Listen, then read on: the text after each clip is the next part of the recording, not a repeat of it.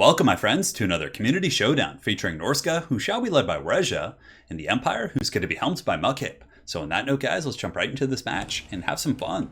So for the forces of Norsca, here in the front line, it's going to be somewhat elite. So it's going to be a combination of Berserkers, and I'm sure he has the Brutes of the Hound mixed in here. Berserkers and the Brutes are indeed going to be on the far side. So it's going to be Berserkers mixed in with Champions. So a pretty durable, I mean, the Berserkers aren't really durable, but durable as it pertains to Champions in the front line, gives them pretty good sustainability. And I actually think that Marauder Champions are one of the better frontline choices for Norsca in a multitude of matchups, especially if you're going to be taking a hammering from, let's say, Empire Heavy Cav, Empire Knights, Reiksguard. They don't have the best AP value, so that 80 armor is really going to save you a ton of damage on those guys. So I really like the champion pick. Berserkers are really good against Empire in their own right. If they're able to fight Flagellants or, let's say, halberds or spearmen or pretty much all the state troops with the exception of greatswords, they're going to be able to cut through them like butter. However, they're very susceptible to heavy charges. They have 15 armor, 24 melee defense. They can certainly get that sweet bread buttered, and of course they have no mitigation against missile attacks. So it's going to be Champions and Berserkers in the front line with a couple spears in reserves. Looks like there's going to be some chevrons on these spears, and it's always nice to have spears against Empire. Empire is going to be coming in with heavy cav. It's one of their better tools against Norsca. So having some of these guys with charge defense that you can brace and kind of screen your opponent out and kind of serve as a bit of a deterrent is always quite nice. So it looks like there's going to be two spears as well, and of course Famir.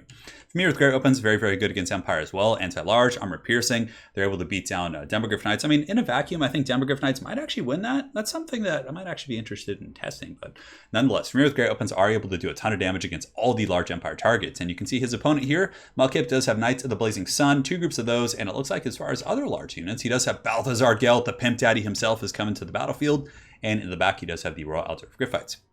However, Empire Great Cannons plus Handgunners, pretty good against Famir, so we'll see how they do in this matchup. But it looks like he does also have the Miststalkers. So the Miststalkers are a really good choice against Powder factions. So for any newer Norscan players out there, the Miststalkers do have an ability called Stalk. I believe it's down here in the tooltip somewhere, yes. So basically they're hidden until your opponent gets very close. So if you're facing Vampire Coast and you still want to bring a big hard-hitting monster, which is normally hard to do against gun lines, you can get away with it with these guys because your opponent isn't really going to see them until they're danger close. So at least they'll get some good value. So he does have the Miststalkers there. Stalking through, doesn't look like there's much mist for them to hide in, but nonetheless, maybe they make their own. And here we do have a Famir Balefiend with Shadows, which is also a good choice. So let's go ahead and take a look at the spells here. So it looks like Melkost. Melkost is a pretty good standard ability against like heavy cav, because if they're coming in and cycle charging you, it's a good way to slow them down, let your Famir catch them. It also does okay damage as well. So he does have that, and he does also have the Pendulum. Pendulum pretty good against Empire lines like this.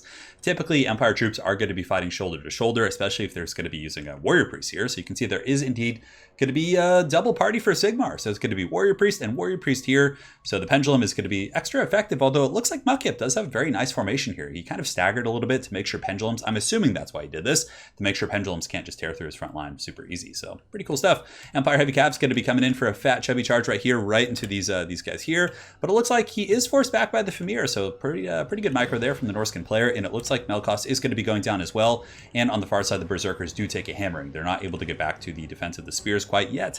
And the Spearmen are going to be able to screen these guys out, but not before the Berserkers do take 11 casualties and some pretty substantial damage. So for the Empire army, it's going to be two Knights of the Blazing Sun, halberds in the front line, which are going to be getting juiced up by Warrior Priests. So they're certainly going to be very powerful halberds. And there's going to be two Flagellants on the flanks. We do have some handgunners in the back, Royal Altar of Gryphites, and Balthazar Gelt, who's probably looking to form, get a bit of a blob fight going. He probably wants to get his opponent just kind of bunched up and get that fat, juicy, erect final transmutation. So let's get the show on the road, guys, and have some fun. I also forgot to mention Wulfric is going to be on a Mammoth in the back, so pretty big target for sure, but this Empire build doesn't really have too much powder to punish him. A really good cycle charging coming in so far from the Empire, just hammering into these champions, but look at the difference. That 80 armor just is so helpful, and plus, Knights of the Blazing Sun, they're going to be taking a beating as well from the Miststalkers, and the champions themselves do hit pretty hard, though they lack armor piercing. So the Heavy Cav are getting forced back a little bit and certainly not getting their value at this point. You can see they've both taken about half HP damage. That's about 600 gold per. They cost 1,200 in total, so that's about 600 gold of their value going down and having not done too much against the Norscans. Now here in the front line, you can see the Icehorn Marauders are going to be meeting the Halberds, and the Empire Halberds do have charge defense against all, so that's why they're not countercharged. So even against infantry, they're going to get that. But the Marauders are going to be pretty good here. Norscan troops very, very good at cutting through state troops. That's often why you see people tech in with like greatswords and things like that. So right there, you can see Wulfric's Haggard Pirate Ship is going to tear up those halberdiers. Very, very good cast there. And the Royal Altar of Gryphites are going to be surging in as well. I believe I just saw those guys run in. Yeah, they ran into this main fight right here. And the Icehorn Marauder should get pounded pretty bad. And on the far side, you can see that the Knights of the Blazing Sun are going to be teaming up with some Flagellants to charge these spears, and just through sheer numbers, they might actually be able to just win this fight. Granted, the Familiar Warriors are right here, and those guys are going to be hitting like trucks, sundering the armor of these different units, and causing a lot of problems. So here in the center pocket, you can see that Balthazar Gelt is going to be getting all the different buffs as well, not that it helps them. Scroll of Leeching is going to be going down as well from the Norskins, and Wulfric is quite happy right now. He's not taking too much gunfire, and as long as he can avoid the Royal Outsourced Griffites, that's going to be quite a good situation. But a nice overcasted Final Transmutation right there is able to hit both Familiar, so really good cast there by Melkip. And you can see the Royal Turf Griffites are going to be coming in with a huge charge, and that's going to be devastating. That teamed up with the Final Transmutation, and Balthazar Gelt coming in with Quicksilver himself is going to be pretty powerful. And if you can break both these Familiar, that is going to be a value train. Now, as far as the rest of the battlefield goes, it's pretty decisive for Norsca. You can see Warezha has really overloaded this flank. There's a couple Flagellants fighting, but for the most part, the Halberds and all the state troops are buckling pretty bad. The Warrior Priest, of course, holding quite proud for Sigmar, but it's only a matter of time probably before he gets worn down by Berserkers and other troops like that. And Wulfric is going to be rampaging into the back line. He really needs to take out the Handgunners, which are one of the few tools that the Empire does have to really kind of hammer him down. Now, balance power is pretty even. You can see the Norskins have kind of secured this part of the battlefield, doing pretty well over there, but here you can see the Empire has done well here. I mean, getting a huge grab of the Miststalkers as well as the Familiar Warriors, getting that sweet Plague of Rust, and those guys are pretty much done for. So now it's really going to be the Norscan infantry with Wulfric, trying to carry this load. And the Royal Outsourced Griffites, if they can get that good charge on Wulfric, they'll be able to burn him down pretty quickly, but Norsca does have a ton of infantry support. Oh, look at the pirate ship tearing through those spearmen. Not quite as good as the first one. Granted, there weren't too many good targets, but Wulfric should be able to tear out most of these spears and really allow his Marauders and his other troops to tear through these guys. A couple Flagellants left. Looks like there's 19 of these shirtless bad boys just getting cleaved by this glorious mammoth right here. Definitely not fun for them. And Balthazar Gelt and his goon squad of the Royal Outsourced Griffites, who are on loan from Karl Franz, are going to be chasing down the Beast of Tashnar and trying to get rid of the mobile assets for the Norskins, I would imagine. Let's take a look here at the remnants of the Empire. So the Empire does, of course, have the Knights of the Blazing Sun, and I think they have some more Knights over here.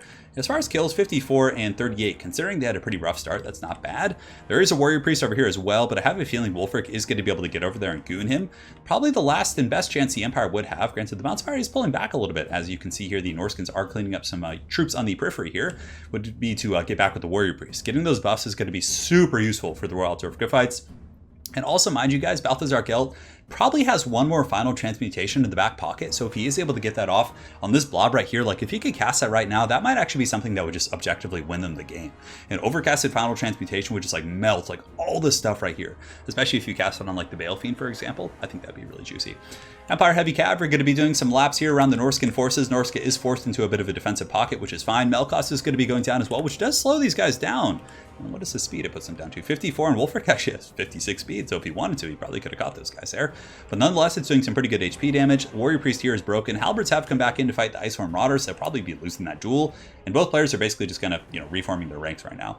You can see the Knights of the Blazing Sun trying to serve as a bit of a distraction. Carnifex charging in there, holding back this Norscan tide, but the Norskins are quite ferocious here, and the champions are just such a good pick. They give you such good durability, like, if basic Marauders or Berserkers are taking the cav charge by themselves, it's just going to melt them. But the champions with that 80 armor is incredibly useful. There's so many matchups in which they're really good.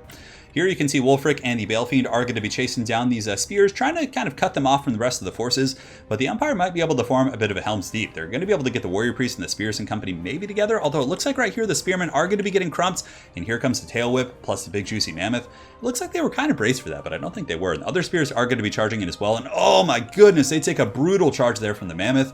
But look at this bounce of power. It's really even. Oh no, a bit of a mistake here from the Empire player. I think he got a little bit overzealous on that Final Transmutation. I mean, it's not a bad play because it is really going to burn down Wulfric and he has him isolated. So I don't know. I think that was a mistake because if he had been a little bit more patient and got that Final Transmutation on all these forces, that would have been a value train for sure. I mean, that would have easily tilted that bounce of power, but anyways, it does do some pretty good damage to Wulfric here, and you can see the Royal Turf Griffites and the Knights of the Blazing Sun charging in for Sigmar, doing some work, but the Norskins are holding firm. The champions probably enraged. There's also spears mixed in here, so there's a lot of durable Norscan troops, which is something you don't hear terribly often. So it looks like the Royal Turf Griffites are going to be pulling back. They still have 16 models, and they don't want to get caught up in sustained combat. And here at the back, you can see another charge from the Knights of the Blazing Sun, who are afflicted by the buffs, not afflicted, but buffed by the buffs of the Warrior Priest here. But a nice little intercept. Warezha looks like he was able to get Wulfric over here and kind of intercept that charge and kind of break its momentum. In the meantime, Melkip is trying to get the Royal Turf Griffites around and chase down Wulfric and try and really pin him down, which would be something that could potentially give the Empire the game. But it looks like Wulfric knows if he stays on top of his troops and his spears, he's going to be in pretty good shape. And he does actually get a couple nice little tusks there on, what's his name, Balthazar Gelt. That's going to be all she wrote, as the Empire player does withdraw and Norsca starts the ebb the victory. So very well played to both players. That was a really fun technical game for sure. I really like to kind of see the Norscan overload on the flank, plus Wulfric being very conservative, staying in those defensive pockets, not overextending. And yeah, it was just good play. I also really like the champion pick, 107 kills, 108. And honestly, I think that champions like have good enough damage output plus durability that in many matchups, they're just objectively better than Berserkers. They still hit like trucks. They're just super durable. They last much longer. And I think you're just a safer pick. Granted, there are circumstances in which Berserkers are better, of course. I mean, the massive weapon strength plus the bonus for infantry is going to be really good at cutting through chaff. So arguably, cutting through like Empire Spearmen and Flagellants, the Berserkers are going to be a little bit better. But man, those champs just last so long. I really like those guys quite a bit. Yeah, it was a good build for sure. I mean, he had the Miststalkers, he had the Famir to kind of deal with the Empire Heavy Cav, which did kind of get routed off. I mean, that catch from Malkip was beautiful. Being able to isolate those guys and chase both those off at once was a huge grab. And that was also like a very veteran play, realizing he lost that flank and just coming over there with his Cav and like, okay, I lost over there, let's get a victory over here. And both players did that. Warhammer did a great job overloading that flank, like I said, capitalizing on that formation, and then staying high and tight and not letting the Empire pick him apart, because that is something that Empire is very good at doing. He stayed together and yeah, and really, got the W. It was a great game. Very well played to both players. I like both builds. Always fun to see the double Warrior Priest for Sigmar. Trying to buff up the halberds, but man, that Mammoth and plus the pirate ships coming in from Wulfric plus the pendulums, that just melted the halberd line. There was like no way those guys were going to hold against that. So that was pretty good as well. Something I didn't talk about too much in the game.